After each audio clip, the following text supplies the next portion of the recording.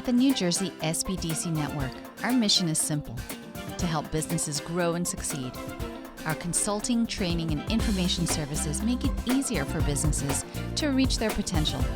Whether you're currently in operation or just starting out, we have the right tools, resources, and expertise to help you succeed. Visit us online to get started on your path to success today.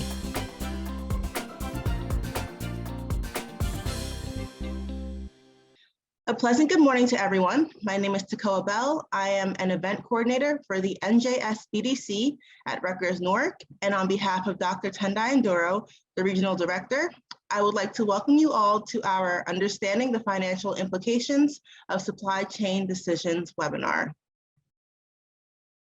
For those of you here that are unfamiliar with the SBDC, it stands for Small Business Development Centers. And here at the New Jersey Small Business Development Centers at Rutgers-Newark, we serve as the premier provider of business training and technical assistance services to establish small businesses, startups, and as well as to entrepreneurs. We are one of 12 centers in the NJSBDC network, and we service those in Essex County. Our center here is hosted by the Rutgers Business School and funded through a partnership agreement between the Small Business Administration, Rutgers University, and the New Jersey Business Action Center. Our mission is to help entrepreneurs as well as business owners start and grow sustainable, successful businesses through the delivery of one-on-one business consulting, training, and technical assistance programs. Now, these services are provided to you at no cost and are paid for by your tax dollars. If you or your business is located in Essex County, our website is www.rnsbdc.com. It is located on the bottom right-hand corner of my screen. And on our website, we have a button labeled Request Counseling, and clicking on that button will lead you to fill out the information you are seeking for your business and the help you're also seeking. And within 24 to 48 business hours, a consultant will reach out to you for an assessment.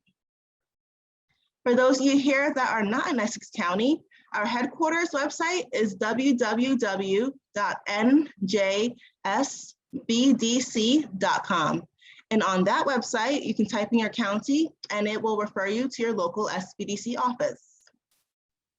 For the benefit of everyone attending today's webinar, at this time, your audio has been muted.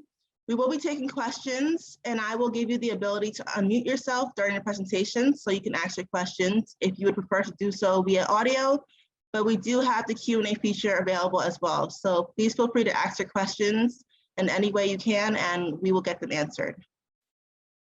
I do want to let you all know that a copy of the presentation slides, along with a video recording of this webinar, will be emailed to you within 48 to 72 business hours. So you can refer to this information long after the end of this webinar. It is now my pleasure to introduce to you our presenter for today's webinar, Professor Anthony Tate.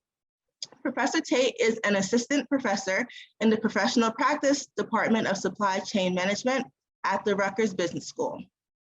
And now, without further ado, I will turn today's webinar over to Professor Tate. Good morning. Thank you for having me here today. And I say good morning to those who have tuned in. Just give me a second to pull up my presentation so that you can see it.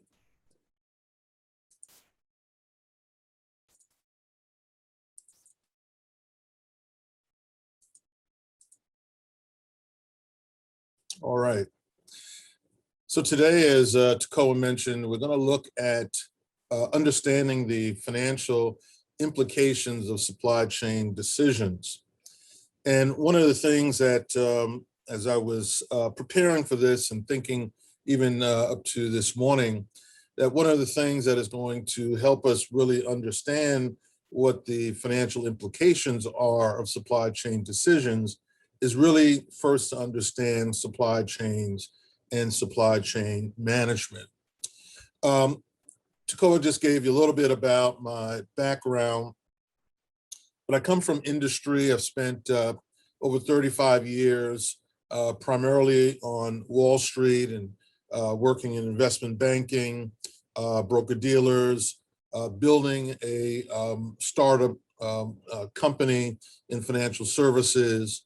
Also spent a number of years advising the federal government on financial service matters, such as selling real estate-owned properties, mortgages, loans, and helping them to divest themselves of large portfolios of formally guaranteed securities. And in working with the consultants and my investment banking and sales and trading background, it's given me a really robust understanding of business and supply chains.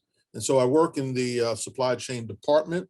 I teach courses, Introduction to Supply Chain Management, also supply chain finance, and also some other courses related to giving students direct experience in working with some of our corporate partners through certain projects that we give to them on a semester by semester basis. Now, I've divided my presentation, if you would, into 4 parts. In the first part, we're going to look at is supply chains and supply chain management. The second part is going to be supply chain finance. The third will be supply chain financial management, and then supply chain decisions and financial implications. So if you look at this slide here, you'll see that supply chains are, the hallmark of all of these companies. They cannot effectively be in business without managing their own supply chains. I like this particular slide in particular because it gives us a picture of this Dreamliner airplane.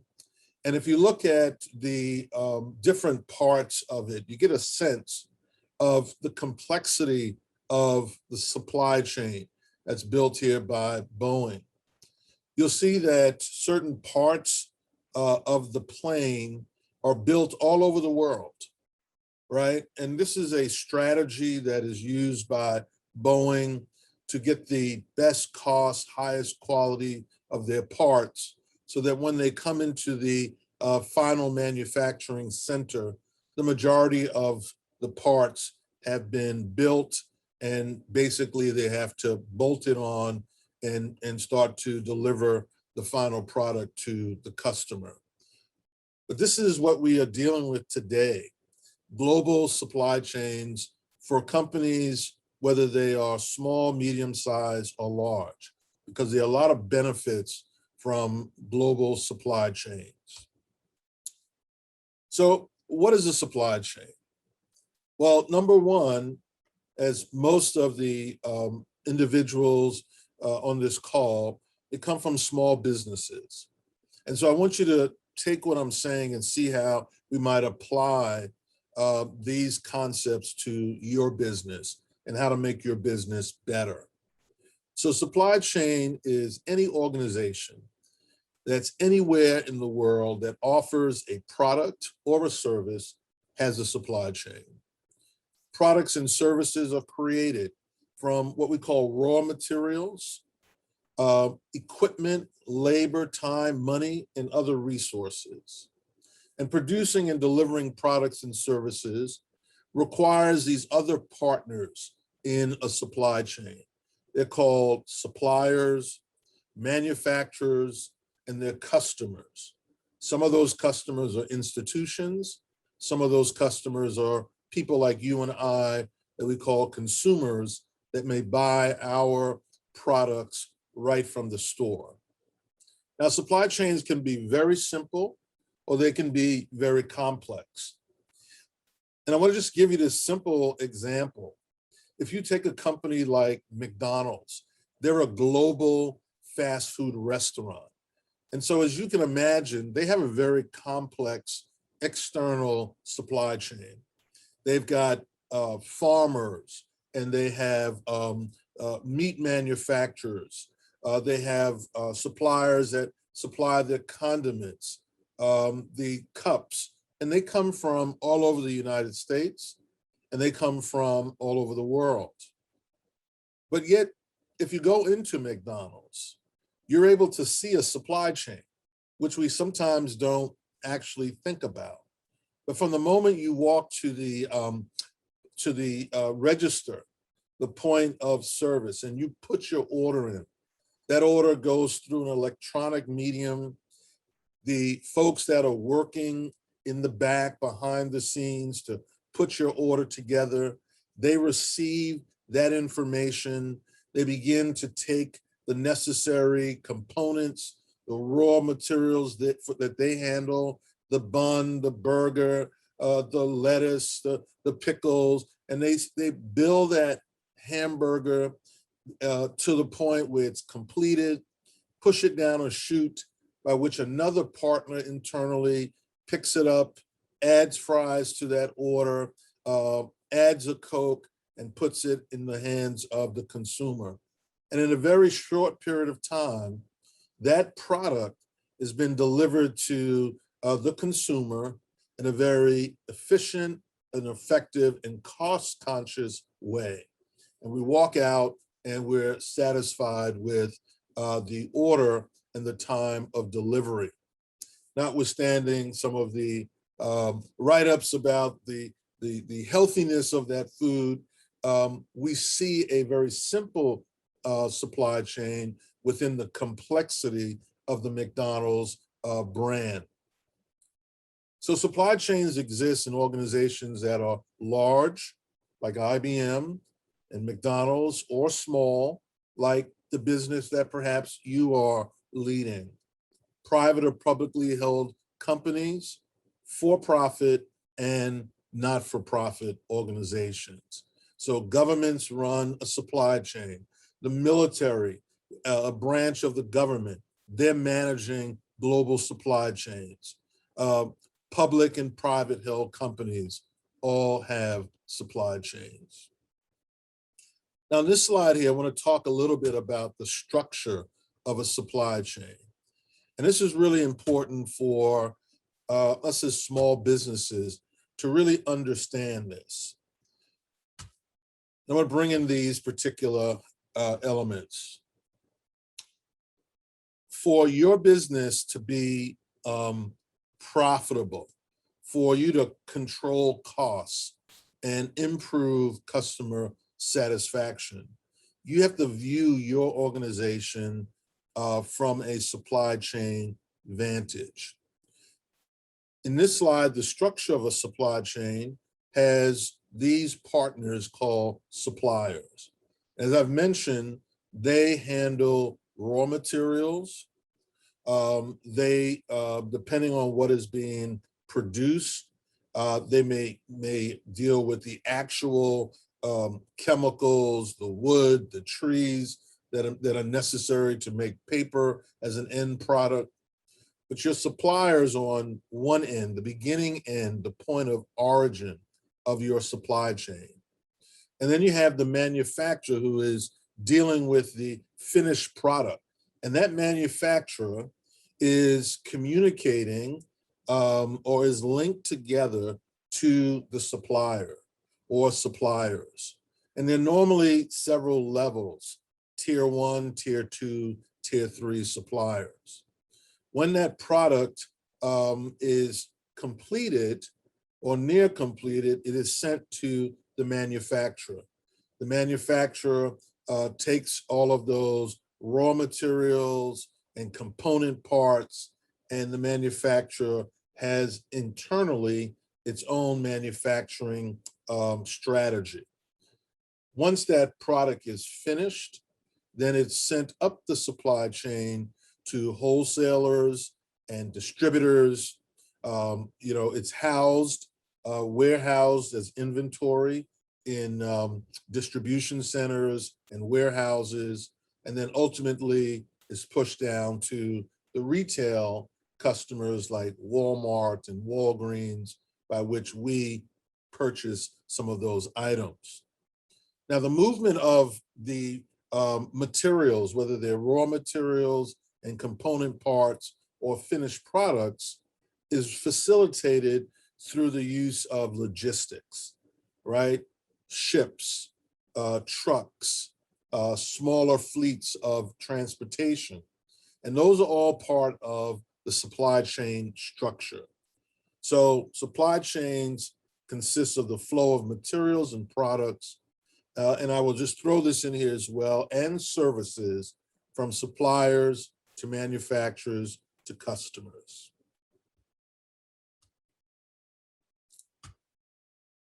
Now, this slide here, I want to just talk to us briefly about the flow, the supply chain flow. So I've already introduced the thought that your product and your service has a point of origin, and it's not necessarily with you.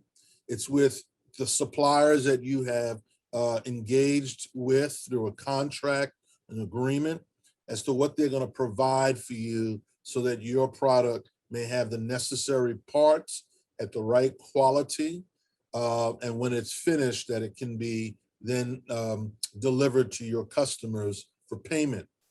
So the very top arrow shows us the flow of the product and service from the point of origin to the point of consumption where the customer or consumer purchases the item. But a very interesting and important flow is the flow of information.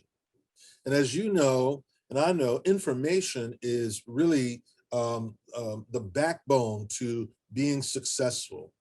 If you don't know what your customer likes, if you don't get feedback on the things in your product or service that need to be improved, then what eventually happens with a customer base is that they go somewhere else because they find a better product. They find a product that satisfies them more than what you have been able to deliver. So you have to have this feedback. We call it voice of the customer. And we get that through surveys, through direct feedback, talking with them, and other means that are used today by all types of companies. And that information flow goes back and forth between the manufacturer, the customer, the suppliers, even the logistics companies that deliver. You have to have this ongoing dialogue. If not, your product becomes stagnant and falls behind. Then there's the payment flow. And a critical point that you should always have in mind, that in the supply chain, there really is only one point by which revenues are produced. And that's when someone buys your product or service. The supply chain itself facilitates the purchase of your product or service. But the transporter, the supplier, they advance their funds in anticipation of the customer or consumer buying that product. So when we have heard the term or the phrase, the customer is always right, we know that the customer is not always right. But what is embedded in that thought is that the customer produces revenues for the company. And so what you want to do is satisfy the customer so revenues are produced over and over again. You retain that customer. So it's important to realize that you have to always begin with thinking about your customer, delivering high quality at a right price, and that revenue will then flow back up through the supply chain to all of its supply chain partners. And then the last arrow on the bottom has to do with returns. And every business I know really dislikes the returns flow, because it means that there was some reason why the customer brought the item back.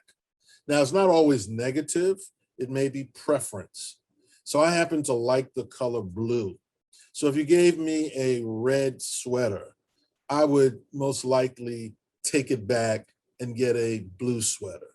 But the mere fact that that item has to be returned to the retailer, and the retailer has to put it back into its inventory, checking to make sure that it wasn't damaged, checking to ensure that it gets back out on the floor. All of that takes time, money, and systems. And so, if you look at this in detail, you'll find that returns flow, and sometimes they have a regulatory component to it. If it's something like, drugs or things of that nature, that it can take about 10 to almost 15% of the revenue that you made in selling it from having this process that you have to deal with.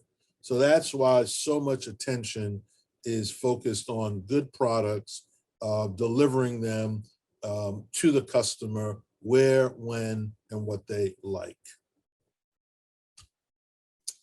Now, there's a relationship between the links in the supply chain. So when you look at this slide, you'll see that the manufacturer is, in fact, linked to the supplier. The prime supplier is linked to his supplier's suppliers. And the customers, institutions, and consumers are all linked together. And the idea when you look at this is that you see that everyone has something to gain, but they can also lose if one of the partners or several of the partners are not performing at the optimal business level. So as I've said before, supply chains are everywhere.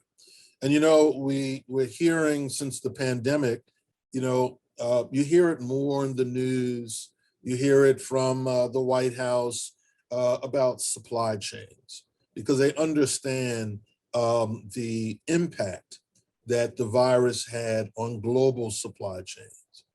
And just yesterday, I was talking with a very large pharmaceutical company, and we're talking about contingency plans and risk management. And one of the things that companies could not have really planned for was that there would be this global pandemic, that the sources of their supplies were all impacted. So whether it was China or Vietnam, whether it was Mexico, other parts of the United States, all of these countries and all of these companies, their employees had to stay at home. And so therefore, the supply chain had disruptions through it. So supply chains are everywhere, from the largest companies to the smallest ones, and we are all connected to supply chains around us. Now, I want to just give you an example here as we step through this example of the candy bar. As you can see, supply chains are for every product: fast food, soda, Coca-Cola, coffee drinks, Starbucks, automobiles. They all operate supply chains. And here's what a simplified supply chain looks like in relation to a candy bar that we buy at the store, the movie theater, or other places.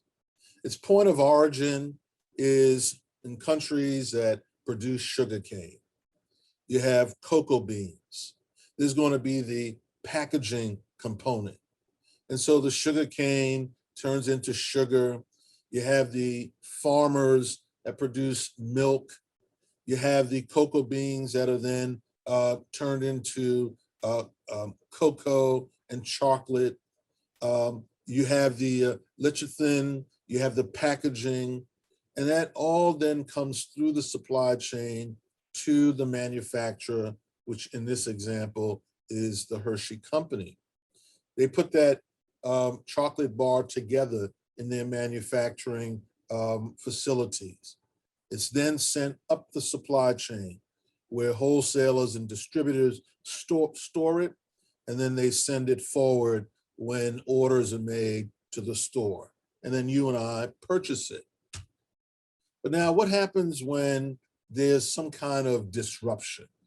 There's a shortage, right? And when you're a small business, this is one of your worst nightmares. When you get a call from one of your suppliers and they say, we can't send this product in because it hasn't been delivered to us. Or there's a weather-related issue, all right? So a couple of years ago, where you had in the Gulf of New Mexico, these hurricanes, very bad weather. So it shut down oil refineries, which drove up the price of oil.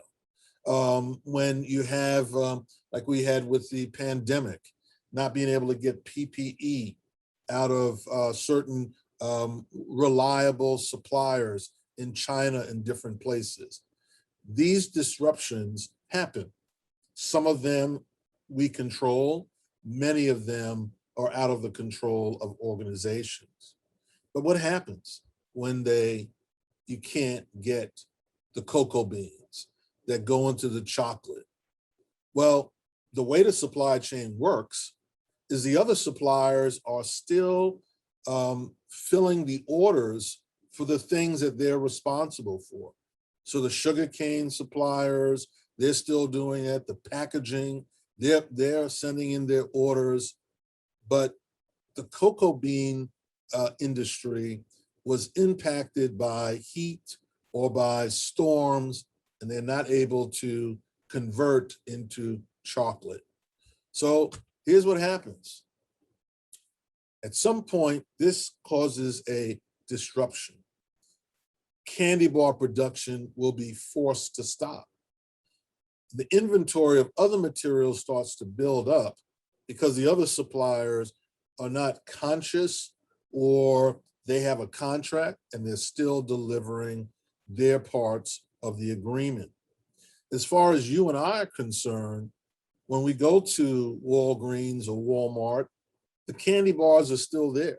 So we don't see the impact yet.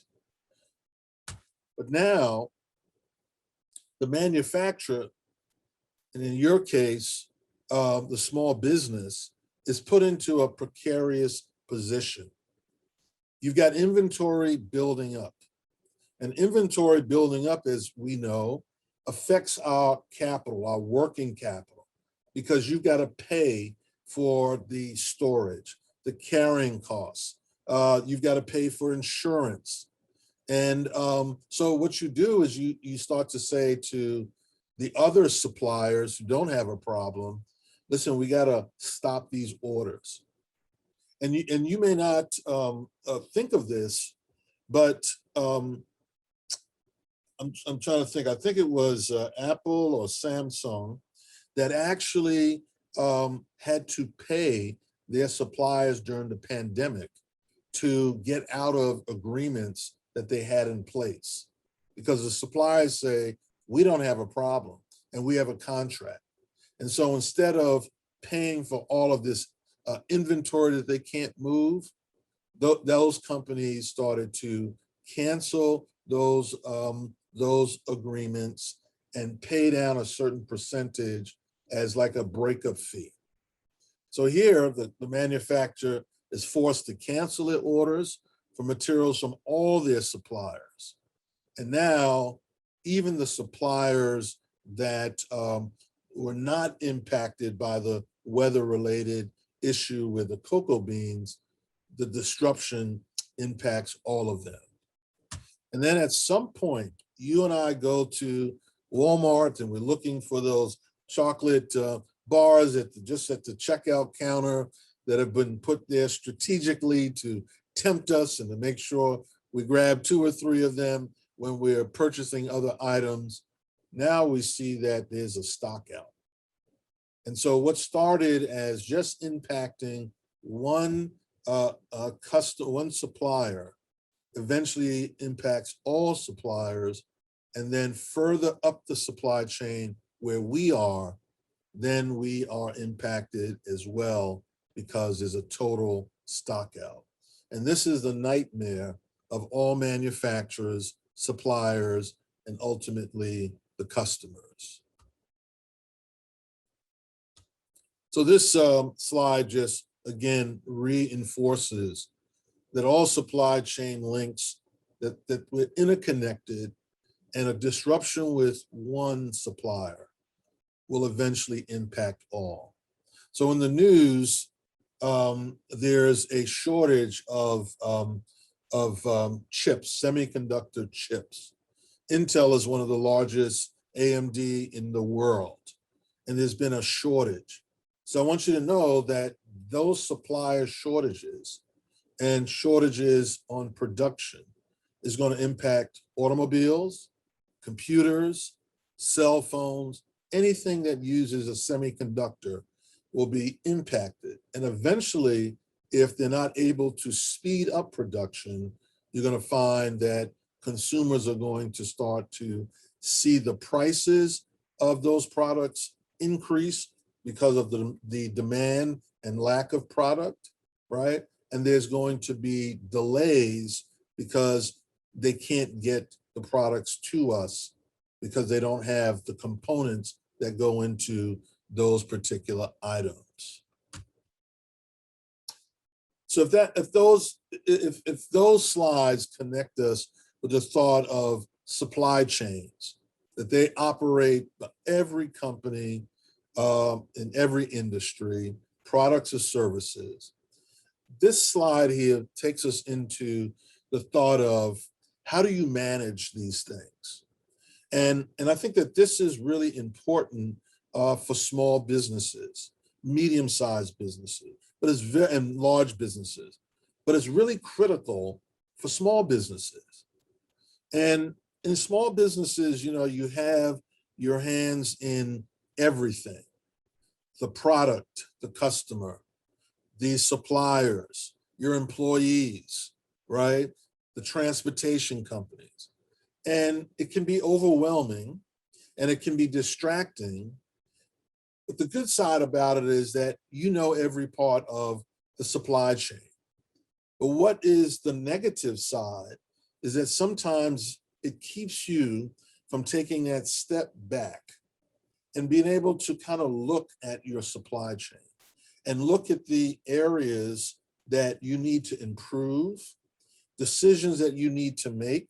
Sometimes it's going to involve spending more money, and you may like, oh, more money, but it's not just more money, it's more money to make your supply chain better, because ultimately that's going to drive up your profitability and lower your costs.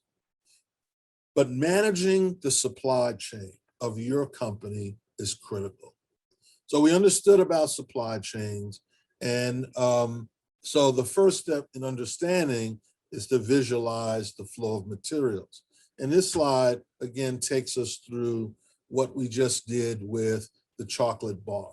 The point of origin here for fresh produce is the orchard. It travels, there's inspection, there's transportation. Sometimes that transportation involves trucks, sometimes ships, and then local delivery trucks. But then ultimately, you and I purchase this at the supermarket. I want to just take a moment to let you look at this Coca-Cola supply chain. Just about 2 minutes.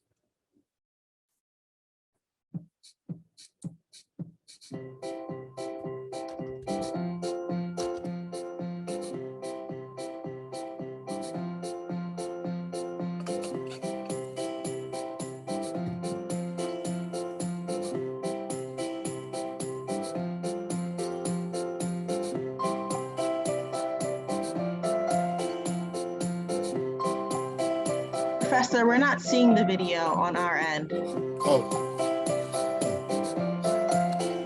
All right. So you know what? Let me come out of that. The link will be in the in the package that you received. But it was a short video that talked about Coca-Cola's supply chain, and there's a second link there that talks about Starbucks. And I think it's really interesting for small business to see these companies and what they focus on, the language of the employees, and how they think about their supply chain, and how they think about their customers.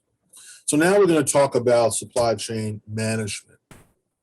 So managing your supply chain is not really just simply looking at the steps that are involved in the production of your product, right? Where you get these raw materials, you manufacture them, and ultimately you have a product that you sell to your customer base.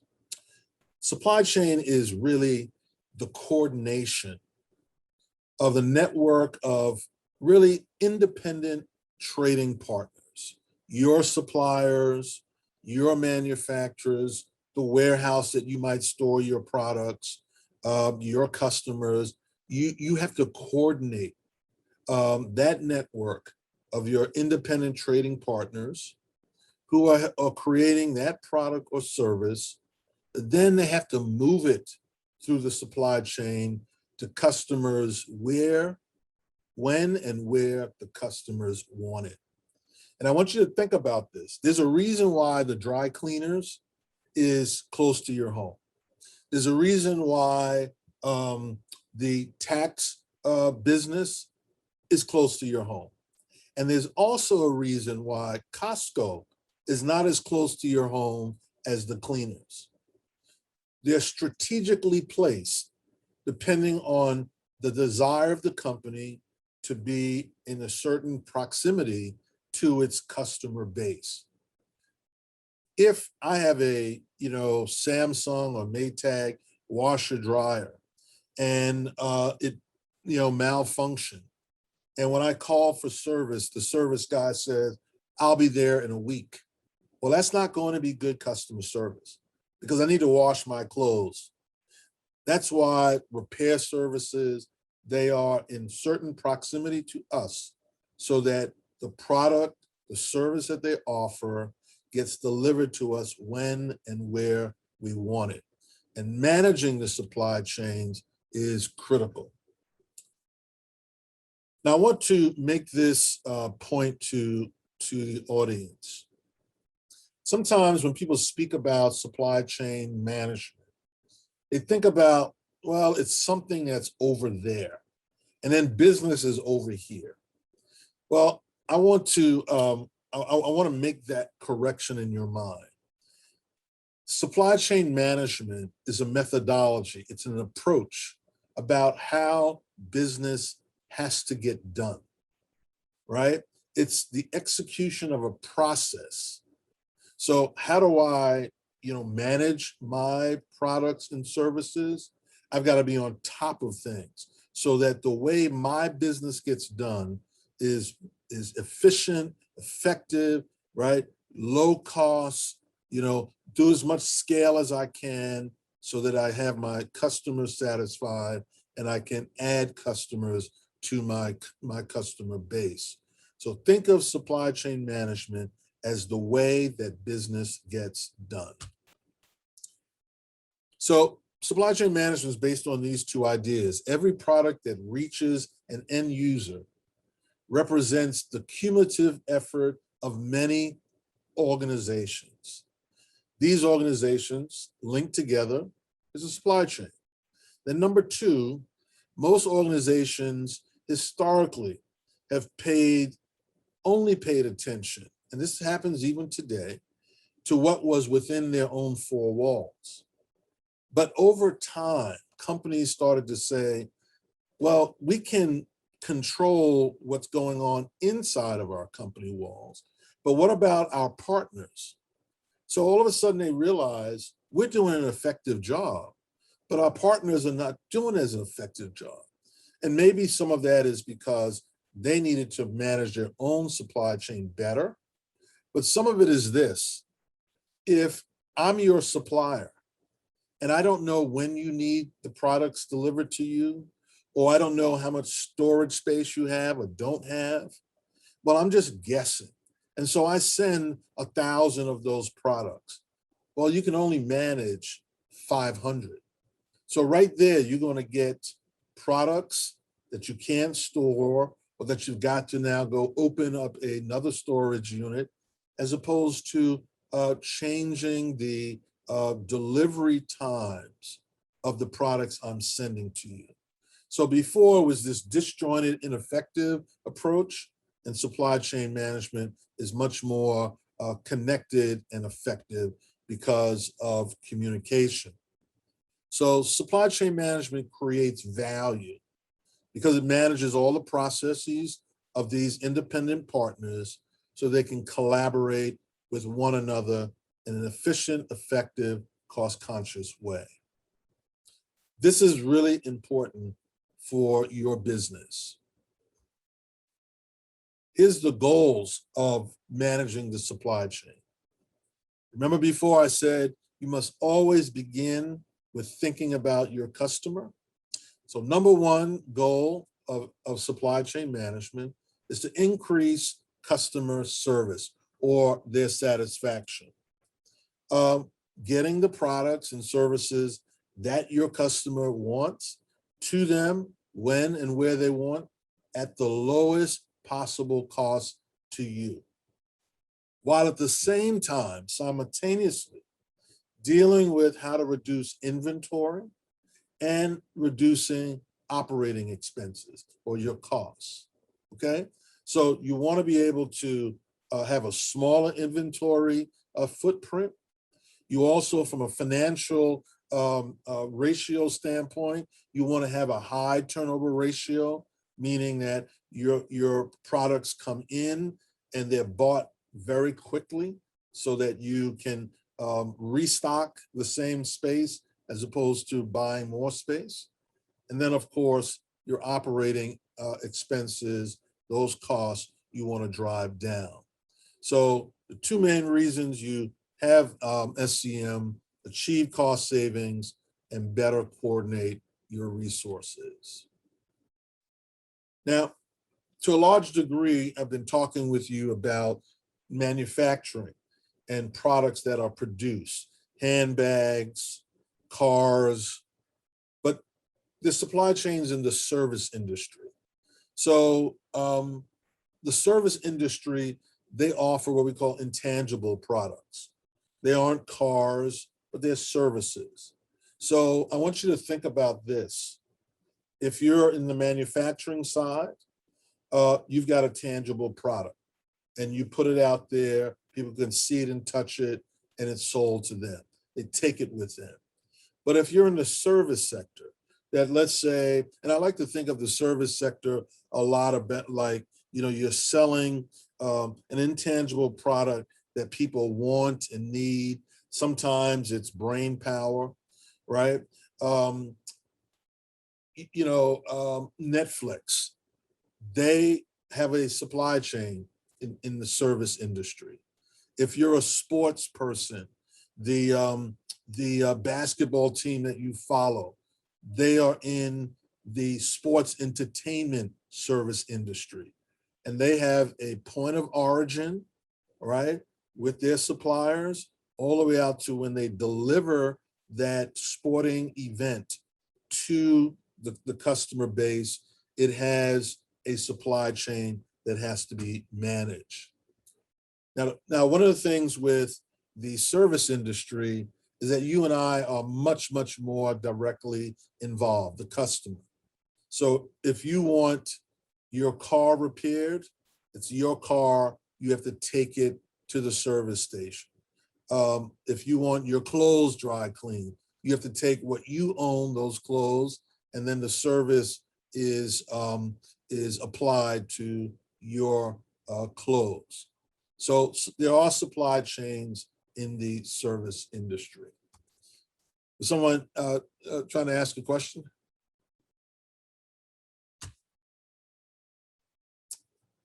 And here's another example.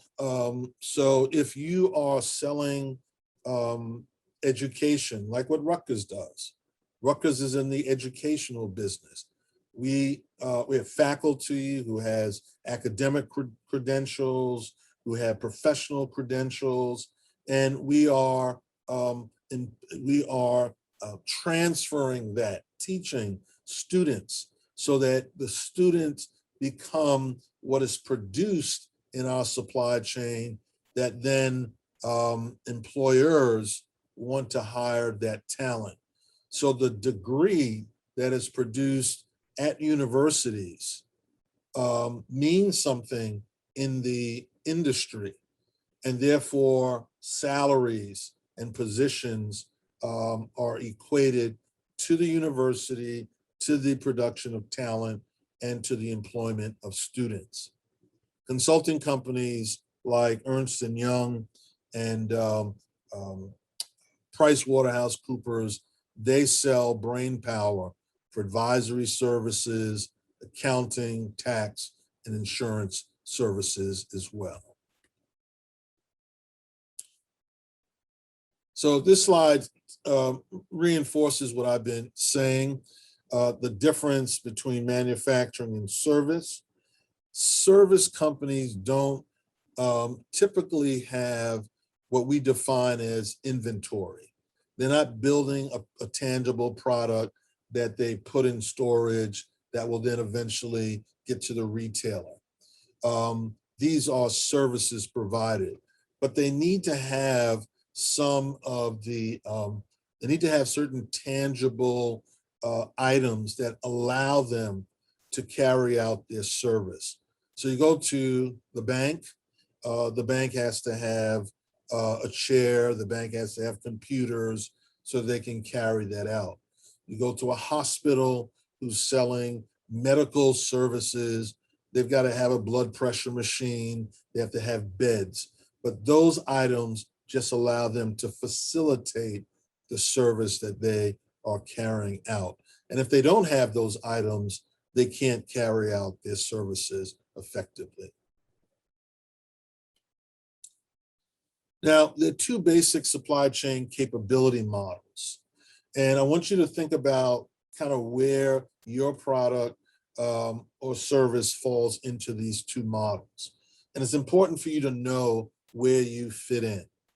One is the efficient model, and the supply chain that you have has to be configured to produce a large volume of product as quickly as you can and at the lowest possible cost. The products that are produced under the efficient model have a predictable supply. And I'll give you an example. Toothpaste or soap. People need it. You can produce it at very large quantities.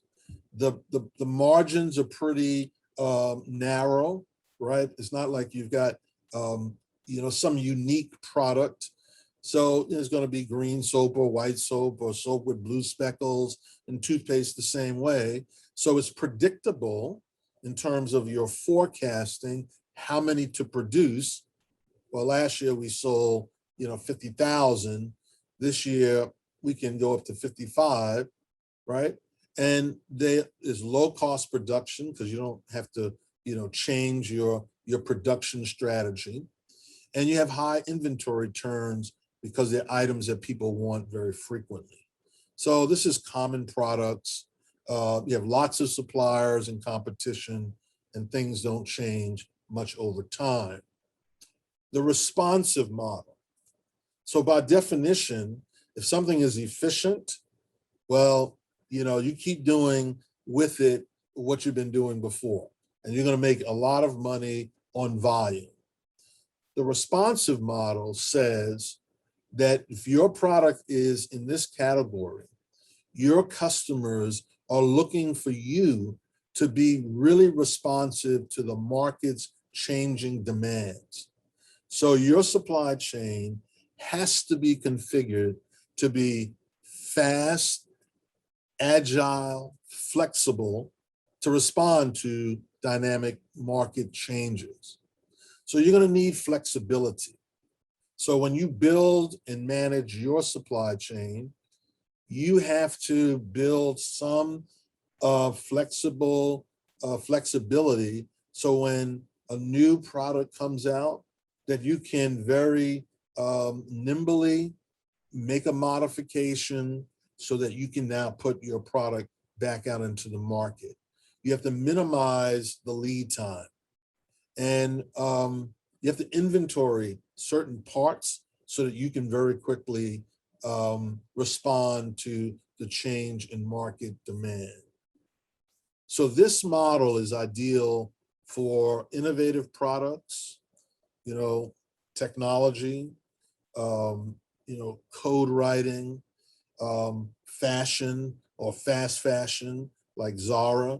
Soon as a new kind of, trendy garment product comes out, style, they can move very quickly to mimic that and get it into the marketplace.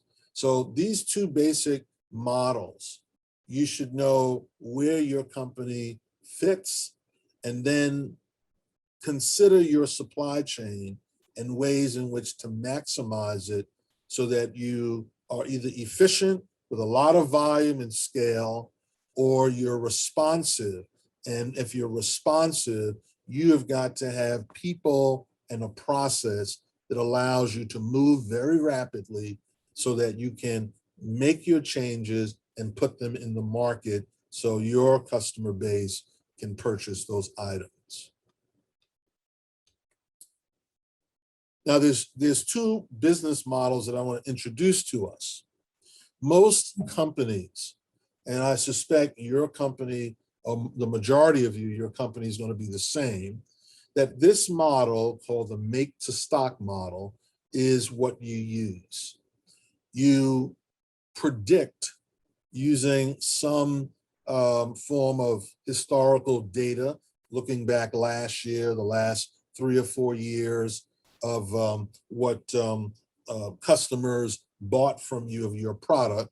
Well, they bought 1,000, they bought 10,000 of our product, and then you predict, what we call forecasting, that next year in 2021, 2022, that we're going to sell 10% more.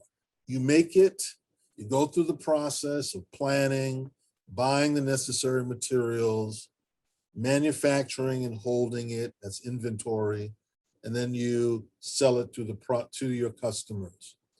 This is make to stock, built in store in anticipation of the demand for your product. The major advantage is that your product is immediately available to send to customers. The manufacturer can better plan the utilization of resources, people, suppliers, inventory needs, even negotiating with your transportation or logistics relationships. And depending on your product forecasting numbers, you may also be able to take advantage of economies of scale or volume purchasing. As opposed to small lots, you purchase larger amounts and you can store them. And because you can take advantage of these economies of scale and volume, it drives your costs down. Major disadvantage is you have high inventory, and money, what we call working capital, gets tied up there. It's heavily dependent on accurate forecasting, because if you say, well, they really liked our product, let's make 2 times that amount, and you don't sell 2 times that amount, well, now you've got the other 50% or 100% sitting in inventory that you have to pay for. The pull model, which I won't spend a lot of time on, it has uniqueness to it because most of these products are very customized. So if you have a customized product that you only make when orders are placed, this is the business model that you're in. We call it the pull model. So you only begin to put together your unique product when a customer comes in. Let's say you make wedding dresses. So that's a pull business model.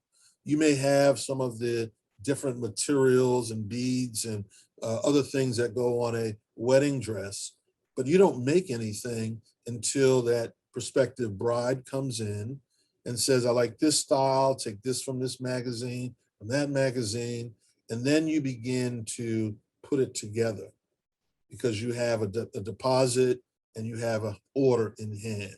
So you don't deal with a lot of inventory. You don't have to make a lot of forecasting and worry about if you're right or wrong. And you're dealing directly with the customer. The major disadvantage is that every order you work on is basically a rush order. Oh, I need a dress for July. I need a dress for June. Any kind of problem in your supply chain, getting products, quality of product could have a direct, immediate impact on you producing that product. And because it's usually very small quantities, you're not often able to take advantage of economies of scale. I'm going to get through these slides here pretty quickly because I need to get into the other sections. But when you look at this on your own, I just want you to understand that from a planning standpoint, that whether you're a large company, to which this applies to a lot, or a smaller company, things have to start at the top. There has to be a business plan. And I say this to companies that approach me, entrepreneurs, small businesses. The first question I ask them is, show me your business plan.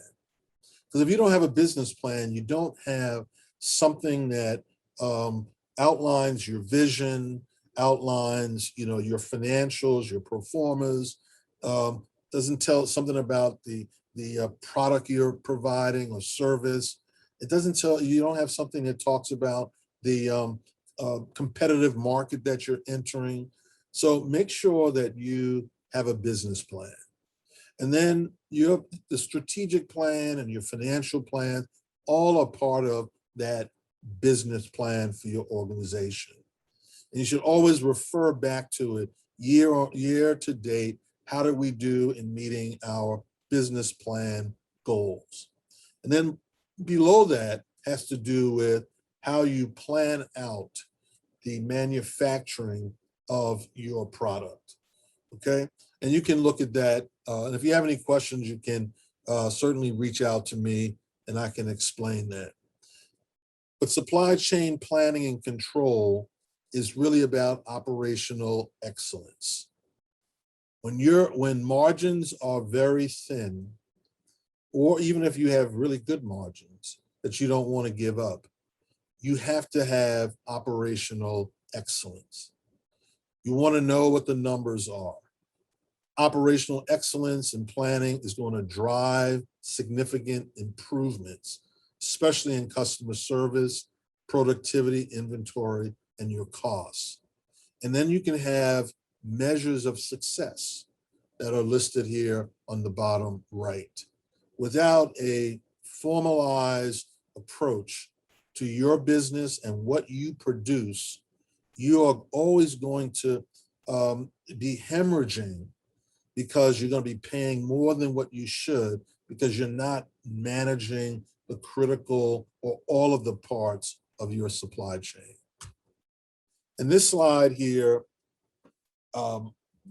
gives us a really good pictorial of the balance, managing the balance between demand and supply. And I want you just to take away from this slide that there are, on the demand side, all of these things you got to think about.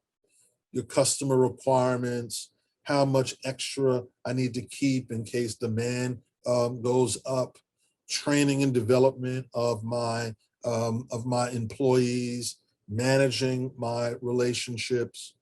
And then on the supply side, right, dealing with your money needs, capital, quality of your products, and supply chain management, managing your supply chain helps you to better manage these competing areas of demand and supply, okay? Inventory, investment, operating expenses. And so that's a very important slide. But here's some of the benefits of supply chain management. Your customers are going to love you. They're going to see the improvement in their service, the improvement in the quality of your product or service.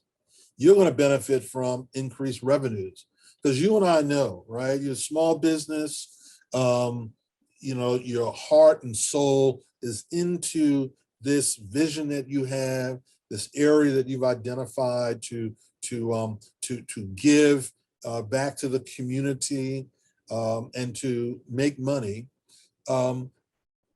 A good small business, word gets around. And all of a sudden, people are now putting orders in because you got really good customer service. Not only service with a smile, but high quality products that you produce. That's going to be increased revenues.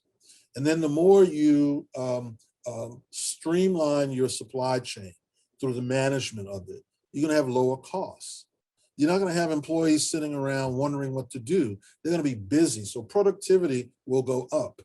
The throughput of what you're producing will become faster. So you'll have better asset utilization. So when people talk about ROA, return on assets, what they mean is how well are you utilizing the office space, the capital equipment to produce your products? Or is it underutilized, 80%, right? And the other 10%, 20%, people are sitting around or your products are not being produced. And then it's going to help you to retain customers. You'll minimize delays and you'll have shorter lead times. And here's really important too, you're going to eliminate rushed or unplanned activities.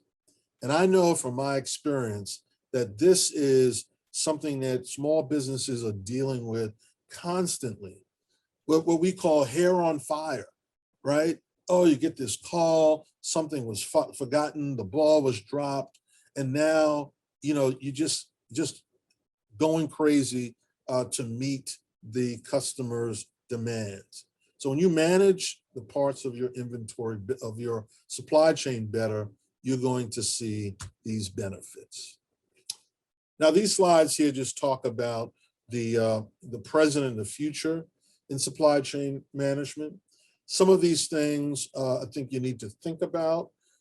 How do you use technology to make your company better?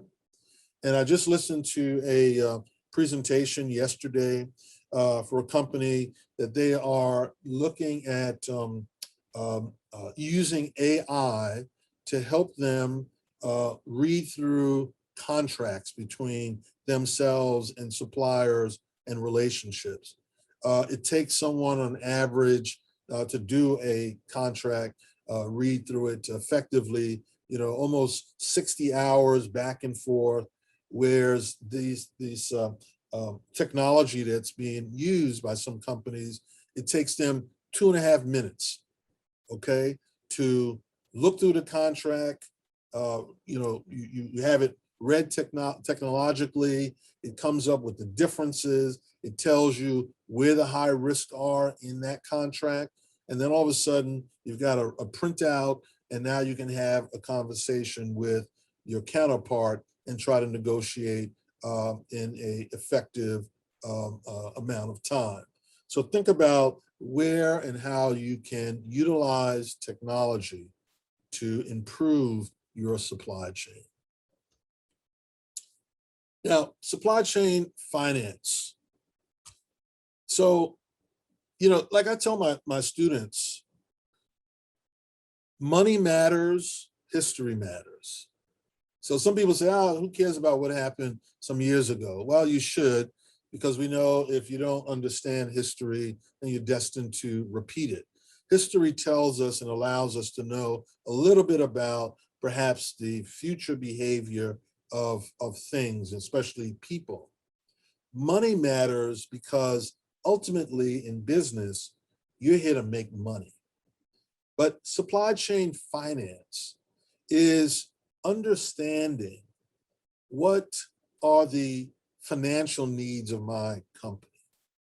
And when I make decisions, when I need to take on projects, how do those things impact the financial aspect of my company? So here's an area that you have to think critically about. So one of my colleagues now, who used to be the chief procurement officer of Schindler Elevator, he said, if we had supply chain employees that understood both the full breadth of the supply chain and the financial impact of making changes to any part, they would be twice as valuable to us. Another colleague says, if you give someone a supply chain, okay, here's your supply chain, they can move their business products and services for a while. But if you teach someone how to change, modify, improve it, they can profitably move products and services for a lifetime. So through this presentation, I hope, and I really hope you take away that you need to step back from your business, look at the supply chain that you have, identify the areas that need improvement, think about what are the cost elements for making those changes. And you only make the changes if you're going to drive costs down, and that will help you to improve your overall profitability. So supply chain finance helps us to know what to purchase, where to get the money to purchase the materials you need, how to manage the resources that you have. And you always make changes in the name of profitability. Profitability is when you look at your revenues, you subtract all of your expenditures and obligations, and you say, okay, here's where profitability is. It's not just that I made $1 million and I said I'm a millionaire. Well, you might have spent $2 million, and so you're in the negative for $1 million, right? You also have to understand the changes that impact that profitability and the levers, right? What lever to lift that's available to you. And then ultimately, you always have to measure your supply chain. So if you're in a class, well, we're going to measure your ability to learn what has been taught by giving you an exam. For professionals and entrepreneurs, you got to sit down and look at certain measurements to see if you are achieving your goals. So I broke this down into 4 blocks: understanding the supply chain as a chief financial officer, designing your supply chain, measuring it, and improving it. So to do what I've challenged you with doing, how do you improve your supply chain? You might say, well, what do I do first? And then after that, and how do I determine the changes? How do you measure the existing performance? And then how would you best guesstimate the future performance? And then how do you convince yourself, if you are the executive, the owner, or if you report into someone, how do you convince them to spend capital on your project changes? Let me just go to this. So here's a defined way. So this is what consultants do. They sit down and they draft out a roadmap. You got to sit down and you got to say, okay, let me outline my business. Then you have to say, what are the current business objectives and imperatives? So this is looking at your corporate strategy. And the reason why you want to look at your corporate strategy is that sometimes your vision and your corporate strategy is in misalignment with actually your business strategy. So we want to improve and sell, 5% more handbags. Well, if your business, part of your business supply chain can't produce that, you can sit in the boardroom and with your employees and talk about increasing sales by 5%. But if you don't have the capacity in terms of the equipment or the people to do it, you have a misalignment. And so there'll be a lot of frustration in your company because you're asking people to make, what was that with Rumpelstiltskin? To make gold out of straw, and it's impossible. So then you have to adjust the corporate strategy to your business model or your business model through expansion to allow you to reach the objective of your corporate strategy. Then there's performance review. How effective is the current performance against the objectives that you had? So you got to research, you got to put numbers down, and then you have to look at the gaps, whether there are financial, monetary gaps, whether there are, human capital gaps. I really need 10 people, but I only have 8, right?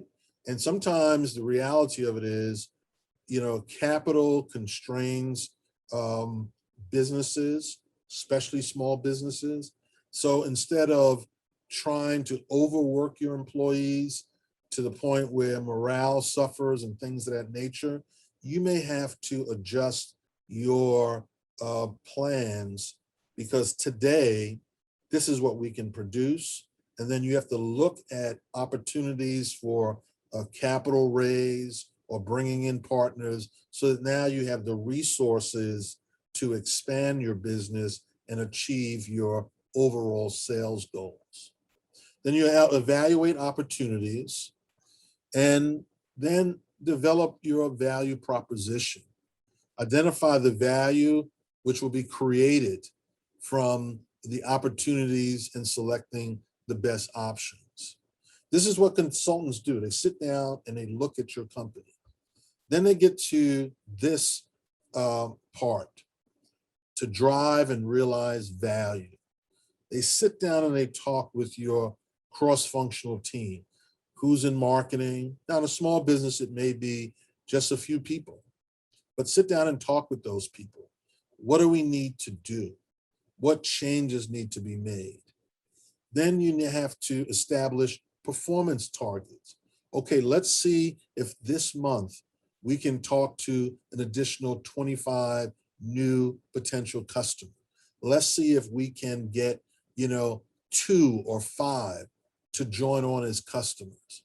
So that when you look back at what your salespeople have done, you start to see measurable and identifiable change for the better.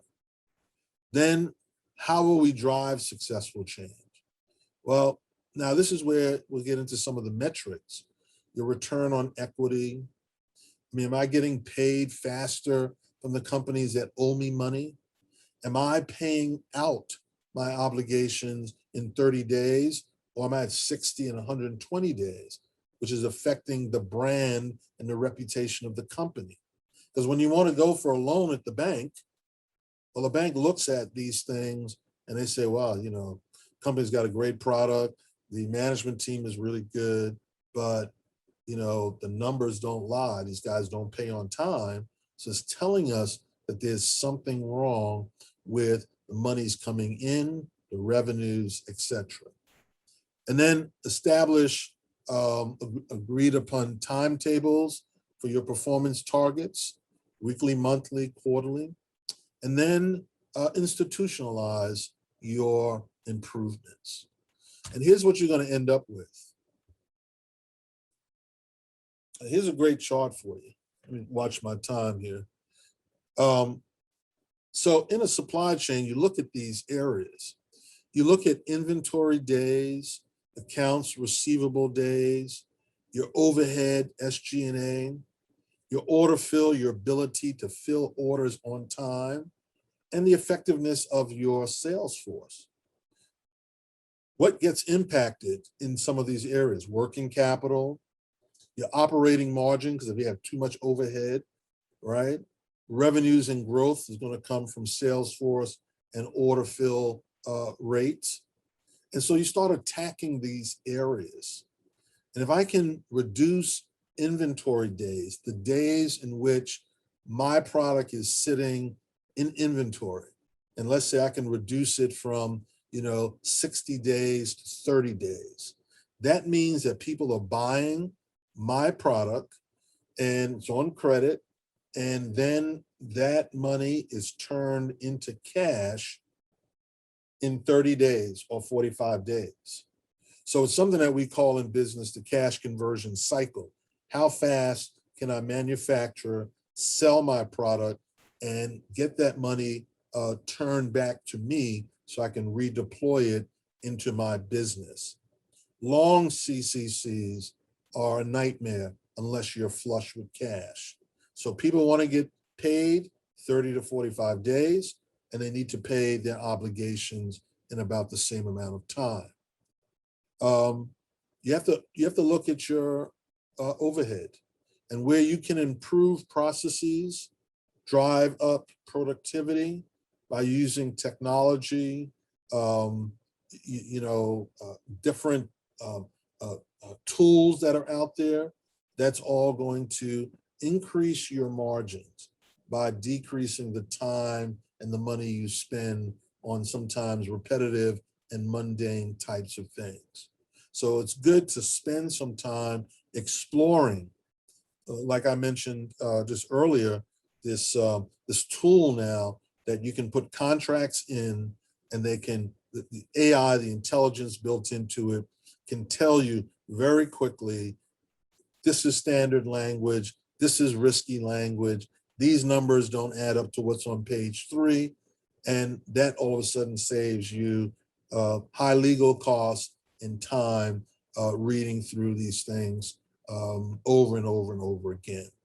And then ultimately, you start to see this benefit, that in terms of real numbers, and this was a publicly traded company, but all of a sudden in real numbers, you start to see reductions, reduction in inventory, reduction in manufacturing costs.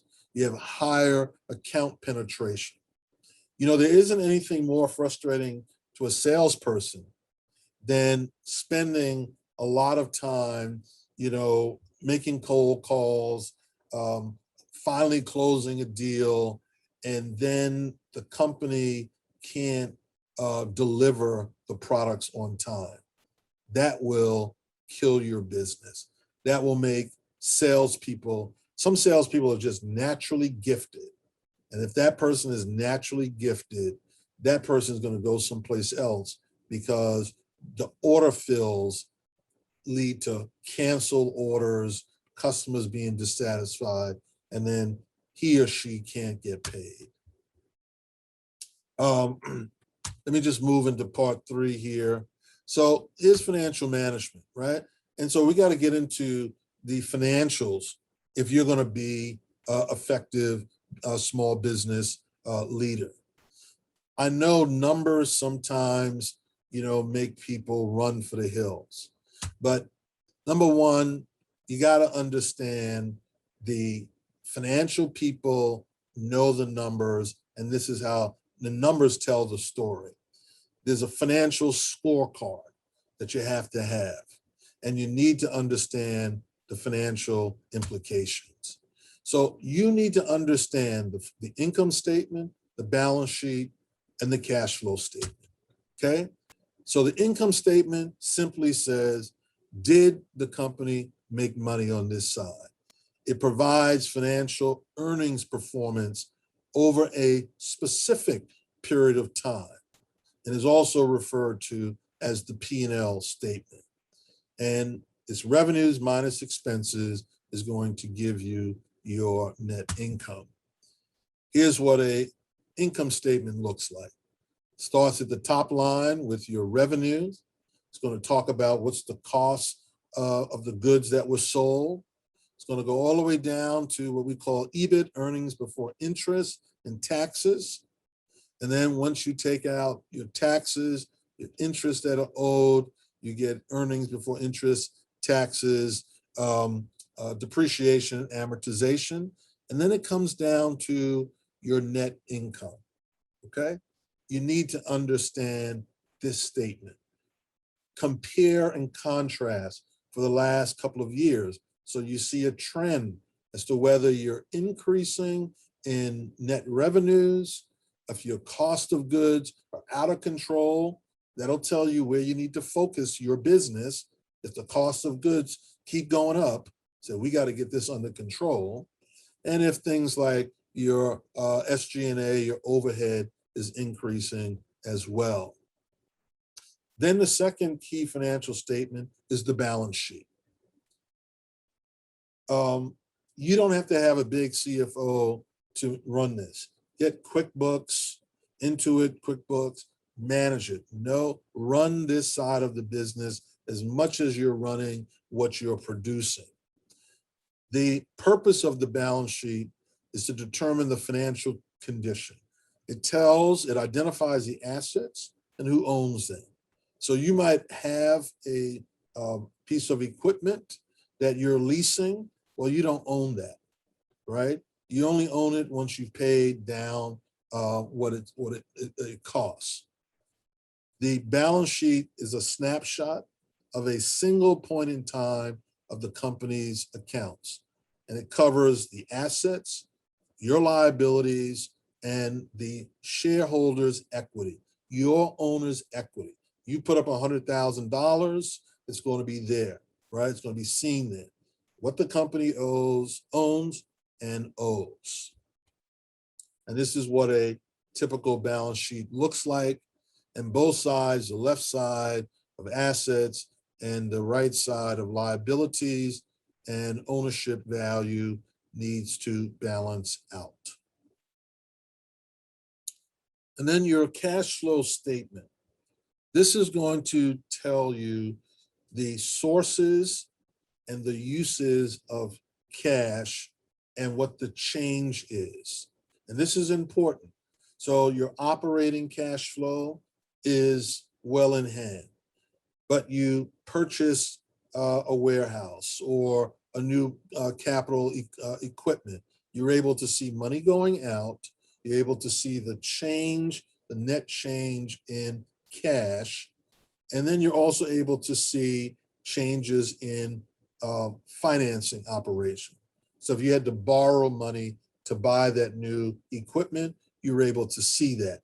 And then you're able to know whether you can fund that purchase from cash flow or whether you have to borrow that to buy those items. And this is what a statement of cash flow looks like. So financial statements don't tell us anything about the future, but they really, really help us to understand what has happened in the past. They help us to see where we can improve the business model, the supply chain, the income statement, the cash flow, the balance sheet. All of these help us. And then they help us to understand perhaps how to predict the future of our business uses and our supply chain. Now, this last part, which is just a few slides, I want you just to consider the supply chain influences on the income statement here. So on the right side, if your on-time deliveries are always late, it's going to affect your revenues. Being on time is critical. And this may not be something that you directly control, but it's something that you have leverage over. So if you have a delivery a logistics relationship and they're always late, they're costing you money because your customer is going to be dissatisfied. You may have to say, I got to change that relationship. Lead time to the customer. Know how long it takes. If it takes 22 days, don't tell your customer I can get it to you in 20. Don't even say I can get it to you in 21, right? Tell him it takes the time it takes You might even say it takes a little bit more, because we have a saying, under promise and over deliver, because it impacts your revenues when you don't deliver on time. Product quality. So just yesterday in another presentation, we talked about, should you build or make something that has the highest quality? Well, not really all the time, because the highest quality may not be something that the customer wants to pay. So you have to manage the quality of what you put into your products, the cost, and all of these other inputs, and the price that the customer wants to pay. In economics, we call that the equilibrium price, right? Because you can't pass on all of your costs, and yet if you gave the highest quality, the customer's not going to pay for that. So you've got to balance that to get it to the equilibrium price. Now, procurement costs, the cost of buying things. You have to figure out how to get volume discounts, how to get as low a unit cost as you can, because that will drive down your cost of goods sold. Inventory costs. There's a reason why most inventory warehouses aren't in the middle of New York City, but they're out in Jersey and other places, because the cost of square footage is less. That drives cost of goods sold down. And as much as you want to have the best and the brightest employees, if you can get them for market rates, great. But overhead, training, all of these things, the full package costs. So you have to be able to weigh the trade-offs between employees, training, the full boat for having them with benefits. All of these things you have to manage. Now, the balance sheet side is advanced funding of operations impacts your cash. Again, volume discounts, unplanned spending or responsiveness is going to impact your available cash in a negative way. Low inventory turnover, which means you got a lot of stuff sitting in inventory, that's going to impact you on the balance sheet negatively. And then purchasing of capital expenditures, capital equipment, that will impact, if you've got to finance it, your short and long-term debt. And then when we talk about money, working capital, if you forecast, and you should, if your forecasting is really good, you'll have less cash sitting there just against inventory needs. But if your forecasting is off, you're going to have longer inventory in days, and therefore more cash sitting there paying for things. Just-in-time and vendor-managed inventory is a good way to work with your suppliers, that they keep a large part of the inventory until you need it. That will drive down those costs. But if you have bad debt, poor invoicing terms, that's going to affect your accounts receivable. And if you have supply terms and conditions that are not favorable, if you make discounts or there are payment penalties that you hit, that's going to impact your payables. So my time is almost up here, but here are financial metrics that you should be aware of.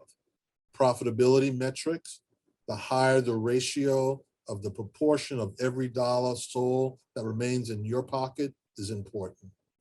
Efficiency: how well am I using my assets to generate sales? And this is measured by return on investment, return on assets, your asset turnover ratio. The higher these numbers, the better. And then leverage: what portion of the firm is financed with debt? Loans, right? So you have equity that you put in, and then you have, debt that you borrow, loans. And there is a balance. And that's measured by something we call TIE, times interest earned. And it indicates if the operating profit is sufficiently high enough to meet your interest obligations, payment obligations. And then liquidity. Is the company liquid or are you insolvent, right? And a ratio of 1.5, 2.5 means you're adequately to well liquid in your business enterprise. So here's the takeaways. Any organization anywhere in the world operates a supply chain. They can be simple or complex. They have to be flexible and agile today to meet customer needs and to drive down costs. And when you make decisions on redesigning your supply chain, it should be done with the understanding of the financial implication to your enterprise, the income statement, balance sheet, and overall standing. And if there would be another bullet here, it should always be done as well with the eye of the partners in your supply chain, how to bring value to every partner to drive down costs, increase revenues, and profitability. So thank you very much for listening to me. I hope that this has been helpful to you, giving you some things to think about. And I'll take some questions if we have folks that have some.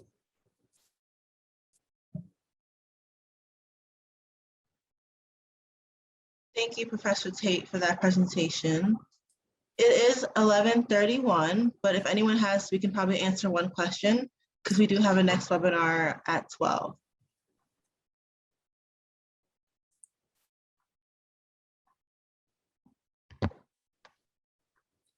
Some questions in the chat.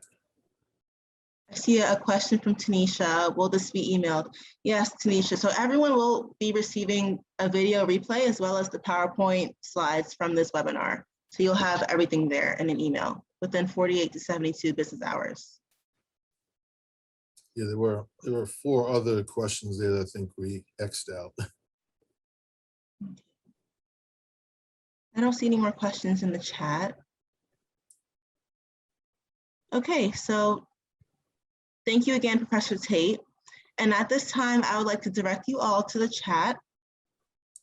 I will be posting some of our upcoming events as well as our link to register or request counseling.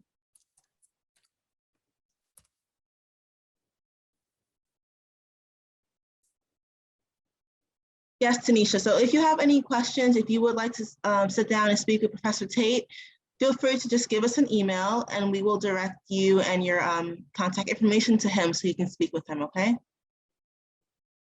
So as you're all seeing in the chat, I did just post some of our links to our upcoming events and the link to our business consulting so that you can request counseling there. We are hosting another webinar after this one called B2B Private Labeling, Supplying a Store Brand. So if you are interested in how store brand private labeling works and the strategies manufacturers, distributors, or wholesalers use when looking to become a private label supplier, the link to that is the first webinar link in the chat that I just posted. And these webinars are just a handful of the ones that we are hosting this year. I believe this year we have 150 webinars in topics ranging from finances, marketing, e-commerce, credit counseling, cybersecurity, and so much more. So please visit our website or our Eventbrite page to find a webinar that fits your business needs. So after this webinar is ended, in the browser, you will see a survey pop up. That survey will help us to adjust our presentations in the future, as well as give us some information on the type of assistance you may be needing for your business. So if you have some time to complete that, your feedback is much appreciated. And on that note, we will now end this webinar. I want to say thank you again to Professor Tate for sharing your expertise, and thank you to our attendees for taking the time out to participate today. And we look forward to seeing you all at our future webinars. Have a great day, everyone. Thank you again. Thank you.